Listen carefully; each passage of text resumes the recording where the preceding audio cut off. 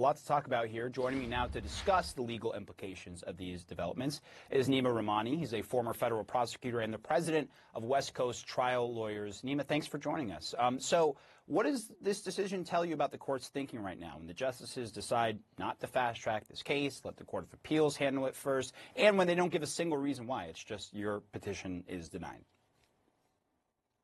Well, the Supreme Court is a court of discretionary jurisdiction, and granting cert or an appeal before a judgment in the Court of Appeals is rare. Obviously, this is a unique case, and we all know that delay is the friend of Donald Trump. If he wins in November and regains control of the White House, it's well established that a sitting president can't be prosecuted. So it's in his interest to push this out as long as he can, especially because there's that stay or that pause in Judge Chutkan's case in the D.C. court.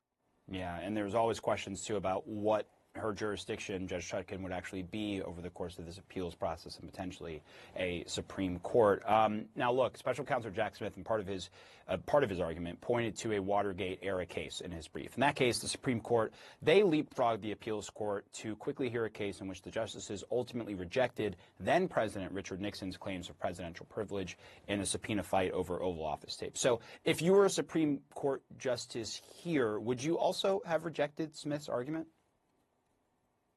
I would have accepted the case, but we know during the Supreme Court conference it takes 4 justices to agree to an expedited appeal. And the issue now is the D.C. Court of Appeals is going to hear oral argument in January, and it may take months for them to issue a decision. And unless this case gets on the court's calendar and there's an oral argument by April, the Supreme Court isn't going to hear this case. So that's going to push this out. The question is, does that stay in place? Is there the pause in the proceedings? And if so, then we're likely going to see this heard, if at all, during the Supreme Court's next term.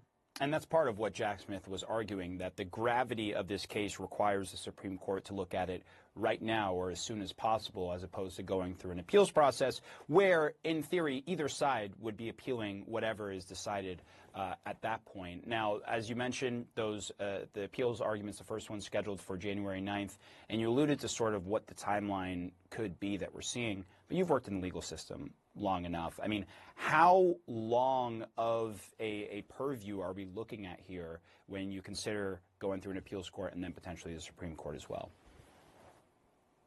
Now that there is no expedited appeal or cert before judgment like we saw in United States versus Nixon, or some of the other cases, frankly, that Donald Trump handled. He expedited death penalty cases, for instance, with his Department of Justice. It's going to be pushed out months. There's really no set timeline for the D.C. Court of Appeals. They may issue an opinion sometime this summer or well into the fall. There's no specific guideline for them.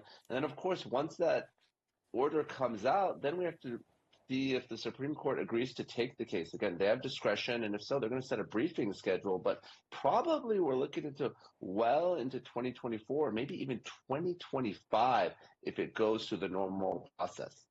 Yeah, so, and obviously that would be after the November election, to which so many are looking this as a critical point, specifically with what the president is charged with in this particular case. Neama Rahmani, I got to leave it there. Thank you so much for being with us. Thanks for having me.